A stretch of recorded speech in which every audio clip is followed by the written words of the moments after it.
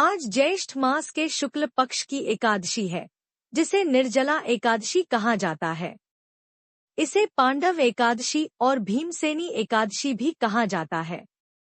इस दिन भगवान विष्णु की कृपा पाने के लिए भक्त दिन भर बिना अन्न और जल ग्रहण किए निर्जल उपवास करते हैं। इस दिन जल से भरे मटके पर आम, चीनी, पंखा, तौलिया आदि रखकर दान करने की परंपरा भी है। पद्म पुराण में उल्लेख है कि इस एकादशी का व्रत करने से पूरे वर्ष की एकादशियों के बराबर पुण्य फल प्राप्त होता है। इस दिन अपने पितरों की आत्मा की शांति के लिए ठंडा जल, अन्न, वस्त्र, छाता, जूते चप्पल आदि का दान करना बहुत शुभ माना जाता है।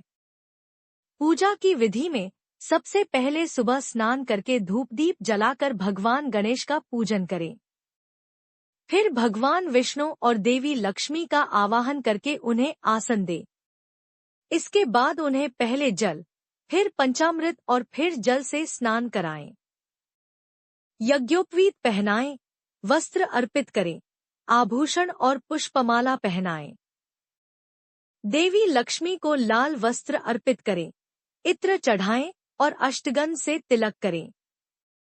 तुलसी दल के साथ मिठाई का भोग लगाकर आरती करें और परिक्रमा करें।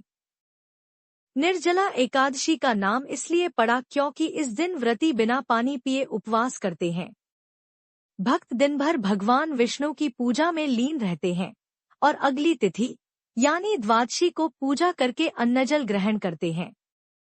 अब अगर हम करें इसके इतिहास की, तो महाभारत काल में भीम ने यह व्रत किया था। स्कंद पुराण में एकादशी महात्म्य नामक अध्याय है, जिसमें श्री कृष्ण ने युधिष्ठिर को एकादशियों का महत्व बताया है। वहीं पर भीम से जुड़ी कथा भी मिलती है। महर्षि वेदव्यास ने पांडवों को धर्म, अर्थ, काम और मोक्ष यानी चारों पुरुषार्थ प्राप्त करने के लिए इस व्रत की सलाह दी थी। लेकिन भीम ने कहा कि वह तो एक समय भी बिना भोजन के नहीं रह सकते।